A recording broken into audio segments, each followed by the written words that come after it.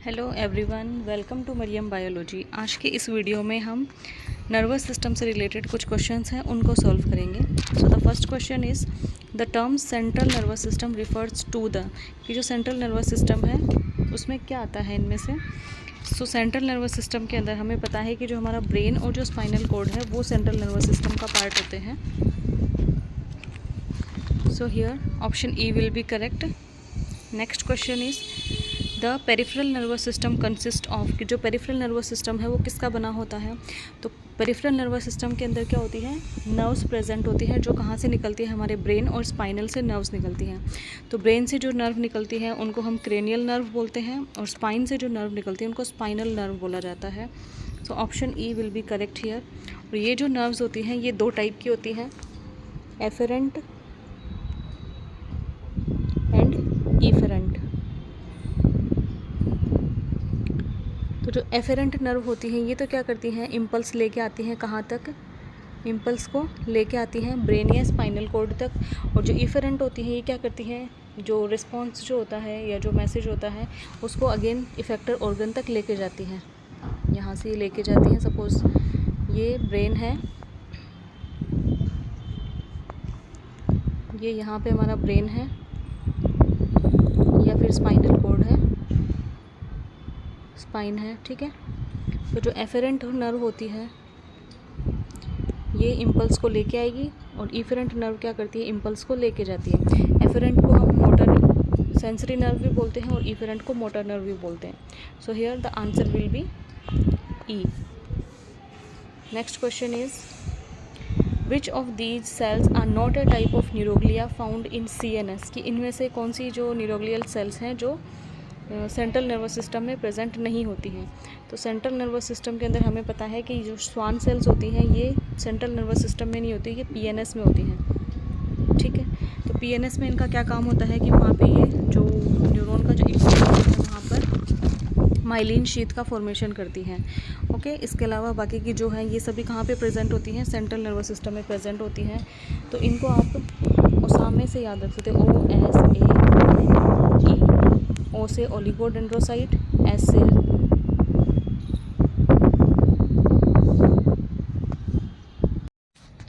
तो S4 जो होती हैं सेटेलाइट सेल्स होती हैं, ए से एस्ट्रोसाइट्स, एम से माइक्रोग्लिया एंड ई से एपेंडाइमल सेल्स। तो यहाँ पे इनका अगर हम फंक्शन देखें तो जो एस्ट्रोसाइट्स होती हैं ये क्या करती हैं, जो ब्रेन की जो न्यूरॉन्स होती हैं उनको न्यूट्रिशन का काम करती हैं, न्यूट्रिशन प्रोवाइड करती हैं। माइक्रोग्लिया की जो सेल्स हैं ये क्या करती हैं, ये फेगोसाइटिक नेचर की होती हैं, जो क्या करती हैं, जो भी कोई पैथोजन वगैरह होता है उनको किल करती हैं। स्वान सेल्स होती हैं, PNS में होती है जहाँ पे माइलिन का फॉर्मेशन करती हैं ये। इसके अलावा जो एपेंडाइमल सेल्स होती हैं ये CSF का फॉर्मेशन करती हैं। CSF क्या होता है, सेरिब्रो स्पाइनल फ्लूइड, जो एक फ्लूइड होता है हमारे ब्रेन में प्रेजेंट होता है, ब्रेन और स्पाइनल कॉर्ड में प्रेजेंट होता है, उसका फॉर्मेशन करती हैं। और जो ओलिगोडेंड्राइट्स होती हैं ये क्या करती हैं, CNS के अंदर माइलिन शीथ का फॉर्मेशन करती हैं। CNS की जो न्यूरॉन्स होती हैं वहाँ पे माइलिन शीथ का फॉर्मेशन करती हैं। ओके, तो ओसामे से आप याद रख सकते हो, oligodendrocytes, satellite cells, ependymal astrocytes, microglia and ependymal cells. Okay, so here the answer will be C, Schwann cells. Fourth questions, the Schwann cells form a myelin sheath around the, तो Schwann cells है वो किसके चारों तरफ myelin sheath का formation करती हैं, तो ये जो एक्सोन होता है उसके चारों तरफ माइलिन शीथ का फॉर्मेशन करती हैं। ओके, इस तरीके से हमारा न्यूरॉन प्रेजेंट होता है। तो ये इसका एक्सोन वाला पार्ट होता है और यहाँ पे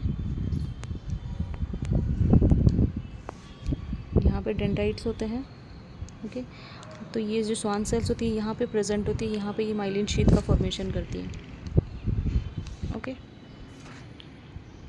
next question is the neuron processes that normally receive incoming stimuli are called कि जो न्यूरॉन का वो प्रोसेस जो आने वाले स्टिमुलस को रिसीव करता है। तो रिसीव न्यूरॉन का कौन सा पार्ट है जो स्टिमुलस को रिसीव करता है, suppose this is the neuron.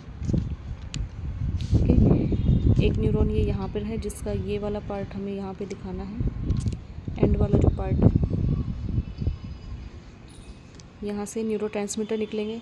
तो ये वाली जो दूसरी जो नर्व है, suppose this is the first nerve, this is the second nerve, तो सेकंड नर्व के जो डेंड्राइट्स हैं वो इन न्यूरोट्रांसमीटर के थ्रू क्या करेंगे, सिग्नल को रिसीव करेंगे। तो सिग्नल रिसीव करने का काम कौन करते हैं, डेंड्राइट्स करते हैं। So option B will be correct. Next question is collections of nerve cell bodies inside the PNS are called. कि पीएनएस के अंदर मतलब पेरिफेरल नर्वस सिस्टम के अंदर जो नर्व सेल्स का जो कलेक्शंस होता है उसको हम क्या बोलते हैं, गैंग्लिया बोला जाता है। तो गैंग्लिया वर्ड हमेशा किसके लिए यूज़ किया जाएगा, जब न्यूरॉन्स क्या होती हैं, ग्रुप्स में प्रेजेंट होती हैं, बहुत सारी इंटरकनेक्टेड होती है और ग्रुप की फॉर्मेशन ग्रुप बनाती हैं, तो उसको हम गैंग्लिया बोलते हैं। Next question is which of the following best describe the vaccine appearing material called myelin. कि जो माइलिन होता है उसके बारे में, उसका कैरेक्टर क्या है, इनमें से माइलिन का कैरेक्टर बताना है हमें। सो माइलिन, तो यहाँ पे हमें स्पाइनल नर्व के बारे में पूछा गया है। तो सपोज़ ये हमारी स्पाइनल कॉर्ड है, ओके। अलग अलग रीजन्स होते हैं इसमें। सबसे ऊपर वाला जो रीज़न होता है जहाँ पे 5 नर्व प्रेजेंट होती है, इनको हम सर्विकल नर्व बोलते हैं। सॉरी 8 नर्व प्रेजेंट होती हैं जिनको हम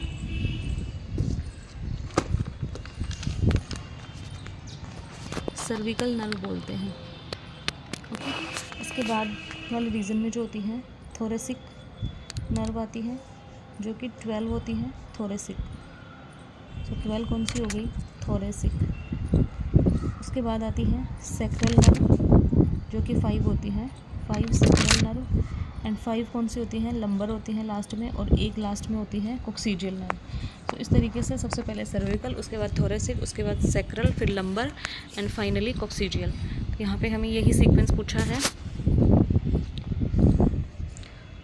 सो here the answer will be option D, cervical, thoracic, sacral and lumbar. Number जो इनका होता है वो है 8, 12, 5, 5, 1। 8 cervical, 12 thoracic, 5 lumbar, 5 sacral, 1 coccygeal, okay. Next question is the nerve that contain sensory fiber that are involve in hearing is. कि hearing के लिए कौन सी नर्व है वो हमारी रिस्पॉन्सिबल होती है। तो यहाँ पे क्रेनियल नर्व का पूछा गया है, तो हमारी जो 8 नंबर की जो क्रेनियल नर्व होती है वो हियरिंग से रिलेटेड होती है, ओके।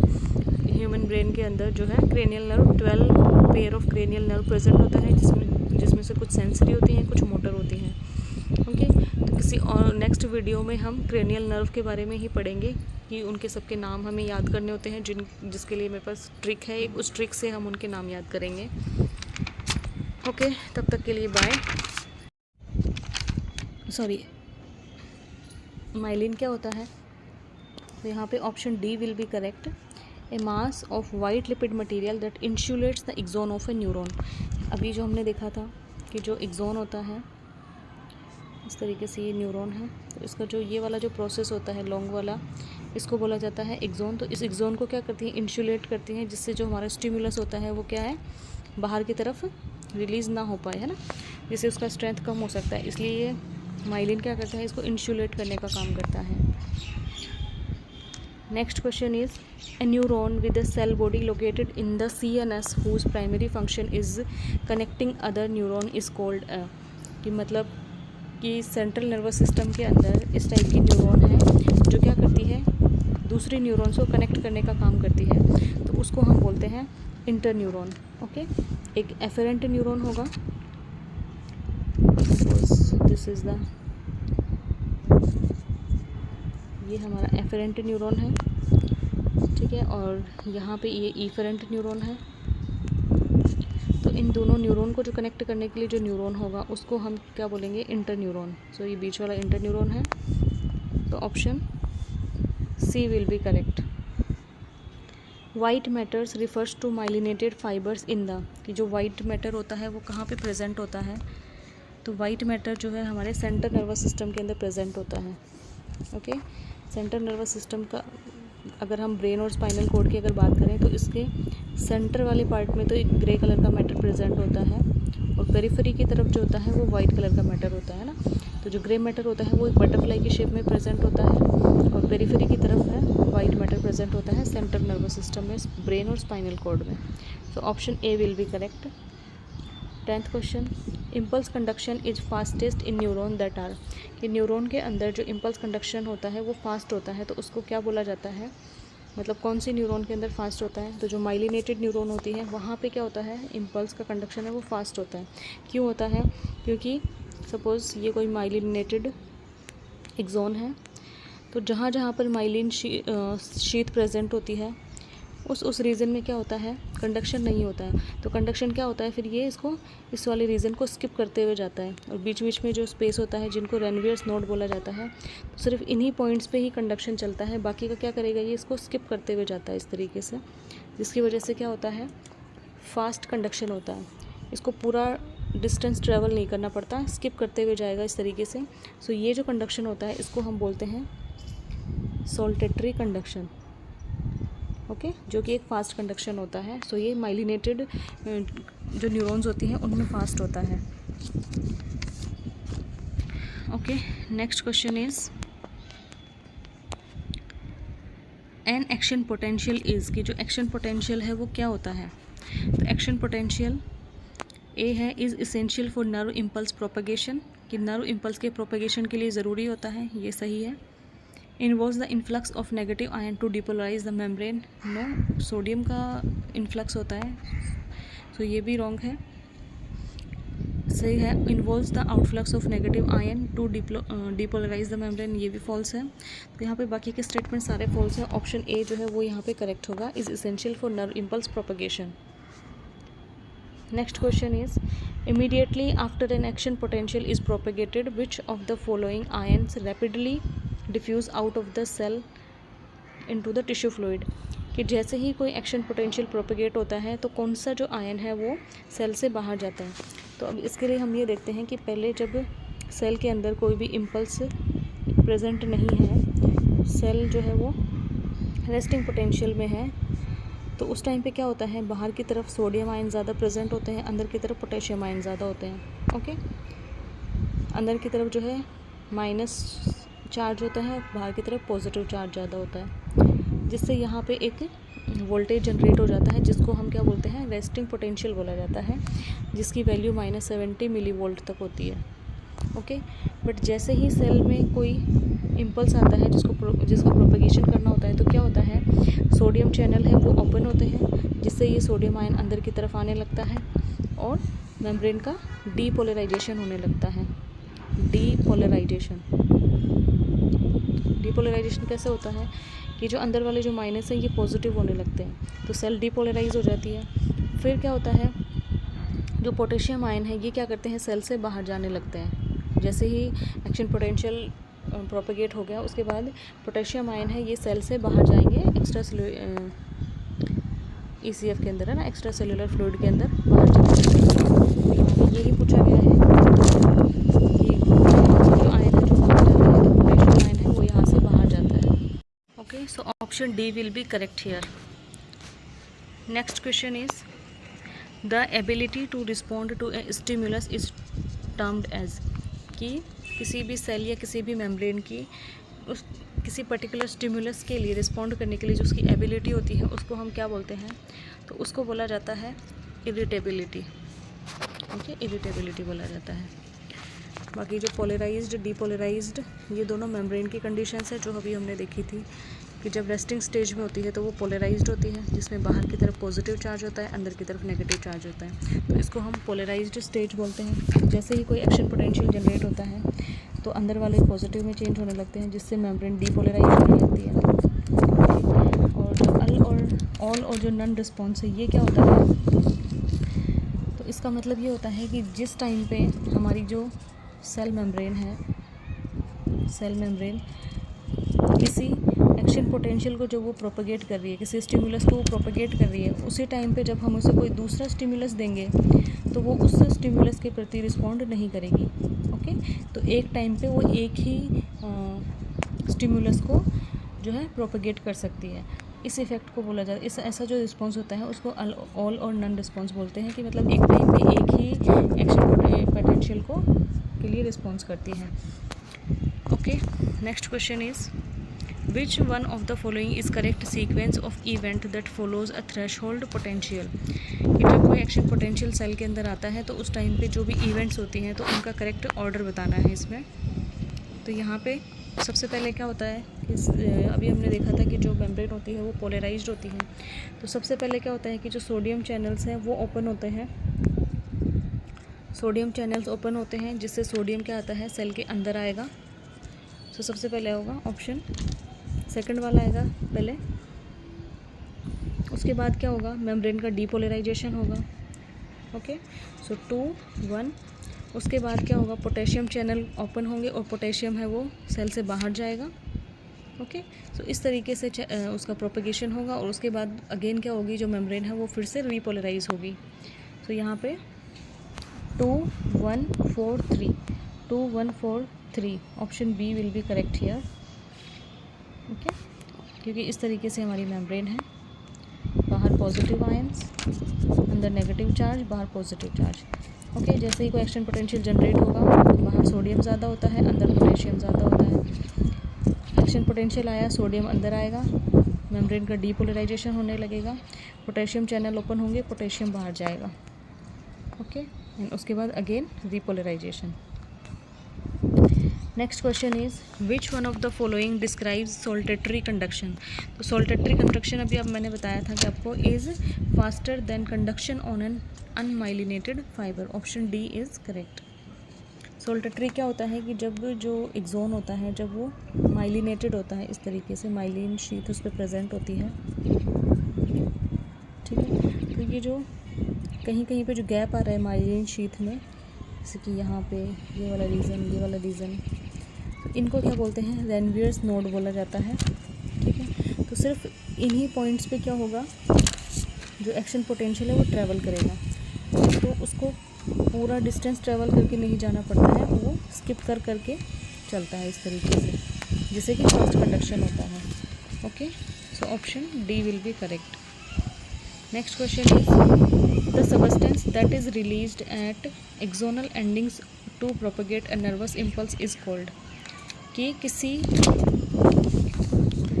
कोई न्यूरॉन है तो उसका जो एंड वाला जो पार्ट होता है तो वहाँ पे एक नर्व इम्पल्स को मतलब आगे प्रोपेगेट करने के लिए क्या रिलीज़ किया जाता है, ये बताना है। तो हमें पता है कि जो एक्सोन का जो एंड वाला जो पार्ट होता है, डेंड्राइट्स होते हैं, तो इनसे क्या निकलते हैं, न्यूरोट्रांसमीटर निकलते हैं, जिनको जो नेक्स्ट जो न्यूरॉन होती है उसके डेंड्राइट्स उसको रिसीव करते हैं। Okay, so option C will be correct, neurotransmitter release होते हैं। Next question is which of the following is the correct sequence in a typical reflex arc. एक रिफ्लेक्स आर्क के अंदर कौन कौन सी सीक्वेंस होती हैं, उनका जो करेक्ट ऑर्डर है वो बताना है। तो सबसे पहले क्या होता है, रिफ्लेक्स आर्क क्या होता है, सबसे पहले हम ये देखते हैं कि रिफ्लेक्स आर्क है वो क्या होता है। तो सपोज़ करो कि ये हमारा हैंड है, ठीक है, जिसको हमने किसी गर्म चीज़ पे रख दिया। ओके, तो हैंड क्या हो गया हमारा, हैंड जो है ये रिसेप्टर हो गया, तो इसको हम बोलेंगे रिसेप्टर। तो इसने उस टेम्परेचर को फील किया।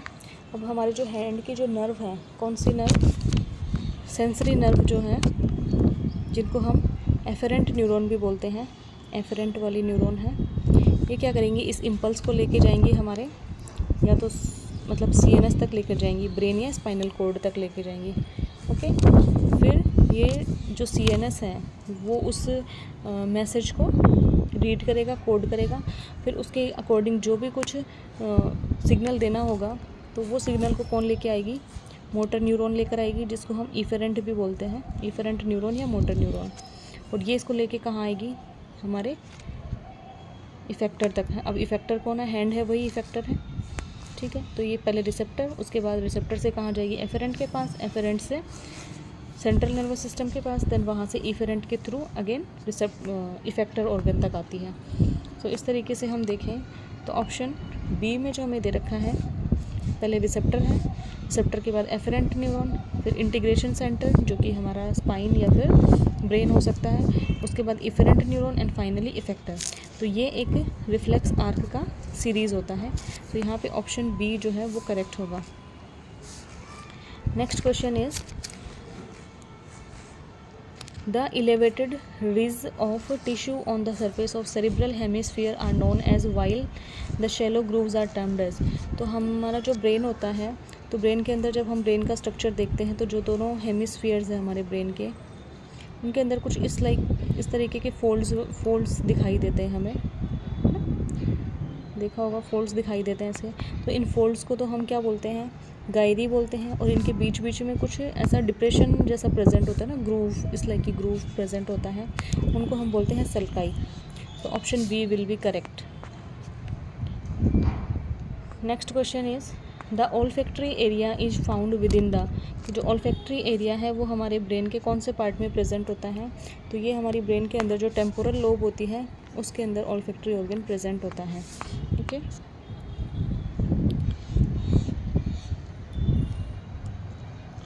तो इसके लिए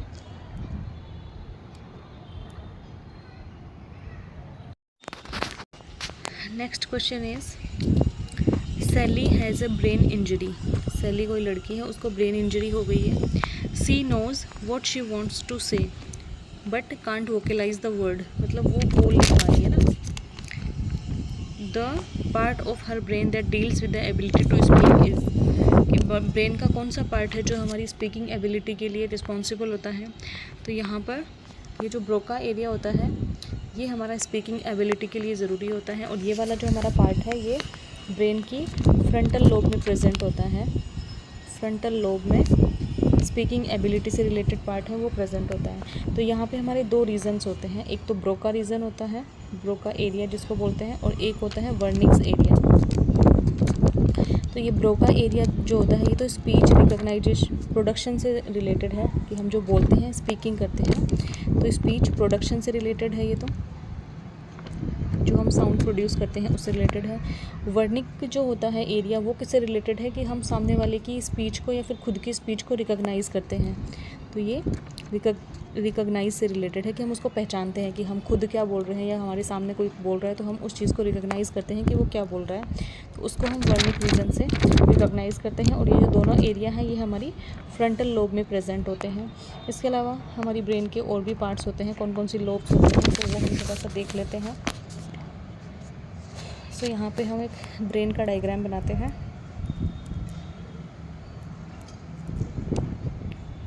इस तरीके से, तो ये ब्रेन का फ्रंटल लोब है, ये इसका पैराइटल लोब है, ओके, ये टेम्पोरल लोब है, और ये इधर वाला ऑक्सीपिटल लोब है, ओके। ये यहाँ पे ये मेडुला ऑब्लोंगेटा आप मान सकते हो, और ये ब्रेन स्टेम होता है, ओके। तो ये जो फ्रंटल वाला जो पार्ट है,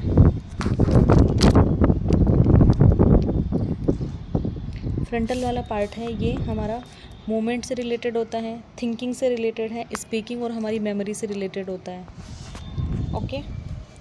पैराइटल लोब वाला जो पार्ट है ये हमारे लैंग्वेज से रिलेटेड होता है और हमारे टच से रिलेटेड होता है, जो भी हम चीज़ को टच करके जो सेंस करते हैं उससे रिलेटेड होता है। टेम्पोरल वाला रीज़न जो ये है, टेम्पोरल वाला रीज़न ये किससे रिलेटेड होता है, ये हमारी हियरिंग से रिलेटेड, हम जो सुनते हैं उससे रिलेटेड है, लर्निंग और हमारी फीलिंग से रिलेटेड होता है, ओके। जो ऑक्सीपिटल लोब है, ये वाला लोब जो है ऑक्सीपिटल लोब, ये हमारे विज़न से रिलेटेड है, और जो हम अलग अलग कलर्स को जो आइडेंटिफाई कर सकते हैं तो वो ऑक्सीपिटल लोब की वजह से करते हैं। इसके बाद ये वाला जो रीज़न है इसको मेडुला ऑब्लोंगेटा बोला जाता है। ये हमारी ऑटोनोमिक एक्टिविटीज़ को कंट्रोल करता है, जिसके अंदर जैसे कि हम जो हमारी ब्रीदिंग चल रही है, रेस्पिरेशन चल रहा है, हार्ट की कॉन्ट्रैक्शन चल रहा है हार्ट का, या फिर जैसे कि हम वॉमिटिंग करते हैं, स्नीजिंग करते हैं, कफिंग करते हैं, तो ये सारी जो एक्टिविटीज़ हैं ये यहाँ मेडुला ऑब्लोंगेटा से कंट्रोल होती हैं, ओके। सो फ्रंटल वाली लोब से क्या क्या होता है, हमारी हाथ पैरों की जो मूवमेंट है वो यहाँ से कंट्रोल होती है, ओके। इसके अलावा थिंकिंग, स्पीकिंग और मेमोरी से रिलेटेड है फ्रंटल वाला। ये वाला जो है पैराइटल लोब है, ये हमारी लैंग्वेज और टच से रिलेटेड होता है। टेम्पोरल वाला जो है ये हमारी हियरिंग और लर्निंग से रिलेटेड होता है।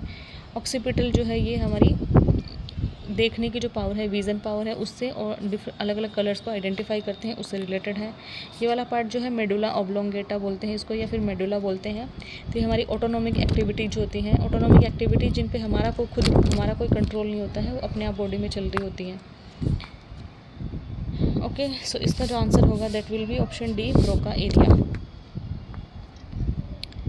Next question is the midbrain, pons and medulla oblongata are housed in the, कि मिड ब्रेन, पोन्स और मेडुला, तो ये तीनों मिलकर के क्या बनाते हैं, ब्रेन स्टेम का पार्ट बनाते हैं। ओके, ब्रेन स्टेम का पार्ट बनाते हैं ये। Next question is lobe that contain the primary motor area that enables voluntary control of muscle movement. तो अभी मैंने बताया था कि हमारा जो फ्रंटल लोब जो होता है वो फ्रंटल लोब जो होती है वो हमारी मूवमेंट से रिलेटेड होती है, हमारी जो हाथ और पैरों की जो भी एक्टिविटीज़ है अपने, ठीक है, हाथों को हम एक्टिविटी करते हैं, पैरों से हम जो भी चलते हैं, रुकते हैं, तो वो सब हमारे कंट्रोल में होता है।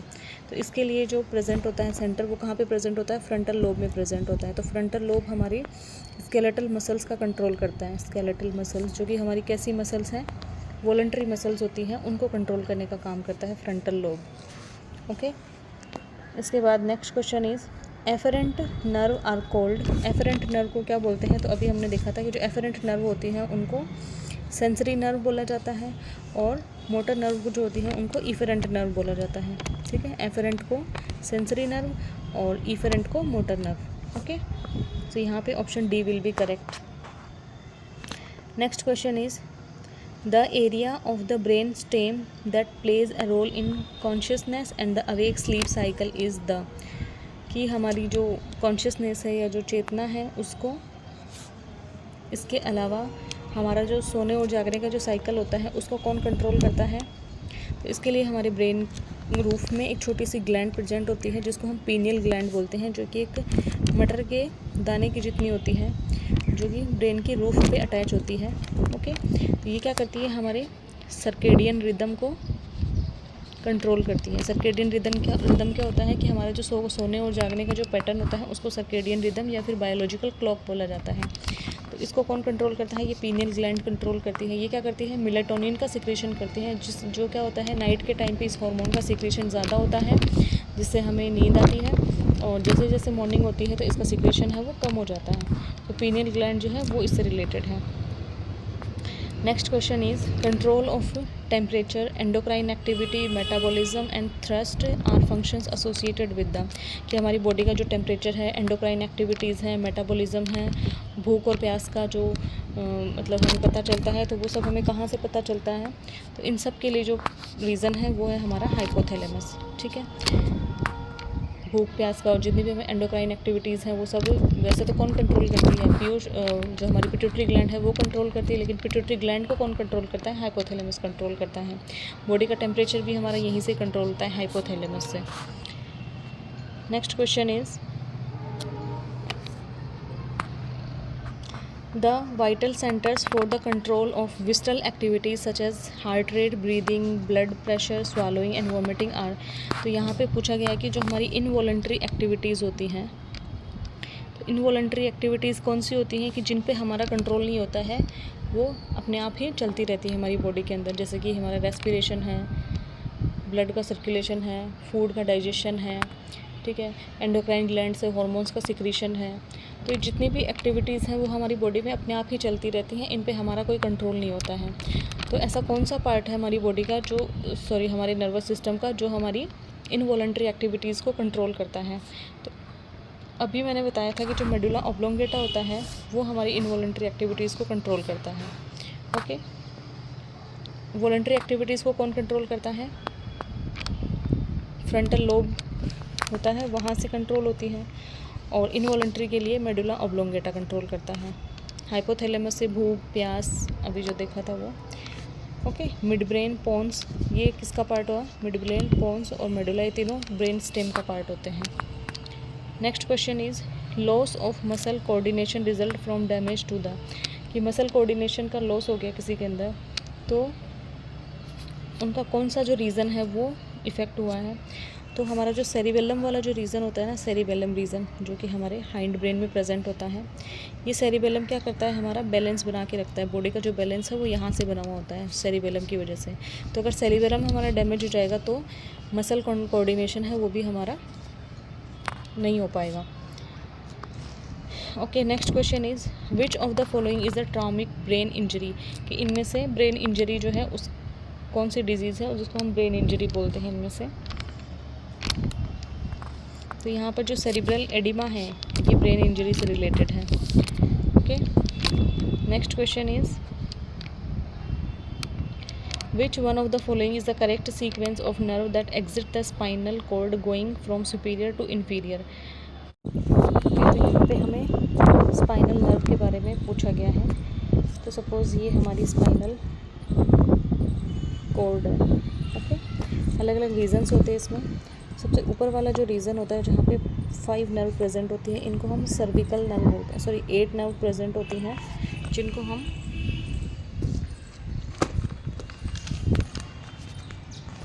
सर्विकल नर्व बोलते हैं। ओके, इसके बाद वाले रीजन में जो होती हैं थोरेसिक नर्व आती है जो कि 12 होती हैं थोरेसिक। तो 12 कौन सी हो गई, थोरेसिक। उसके बाद आती है सैक्रल नर्व जो कि 5 होती हैं, 5 सैक्रल नर्व। एंड 5 कौन सी होती हैं, लंबर होती हैं लास्ट में, और एक लास्ट में होती है कोक्सीजियल नर्व। तो इस तरीके से सबसे पहले सर्विकल, उसके बाद थोरेसिक, उसके बाद सैक्रल, फिर लंबर एंड फाइनली कोक्सीजियल। तो यहाँ पे हमें यही सीक्वेंस पूछा है। सो here the answer will be option D, cervical, thoracic, sacral and lumbar. Number जो इनका होता है वो है 8, 12, 5, 5, 1। 8 cervical, 12 thoracic, 5 lumbar, 5 sacral, 1 coccygeal. Okay, next question is the nerve that contain sensory fiber that are involve in hearing is, कि hearing के लिए कौन सी नर्व है वो हमारी रिस्पॉन्सिबल होती है। तो यहाँ पे क्रेनियल नर्व का पूछा गया है। तो हमारी जो 8 नंबर की जो क्रेनियल नर्व होती है वो हियरिंग से रिलेटेड होती है। ओके, ह्यूमन ब्रेन के अंदर जो है cranial nerve 12 pair of cranial nerve present होता है जिसमें से कुछ सेंसरी होती हैं, कुछ मोटर होती हैं। ओके, तो किसी और नेक्स्ट वीडियो में हम क्रेनियल नर्व के बारे में ही पढ़ेंगे कि उनके सबके नाम हमें याद करने होते हैं, जिसके लिए मेरे पास ट्रिक है एक, उस ट्रिक से हम उनके नाम याद करेंगे। ओके, तब तक के लिए बाय।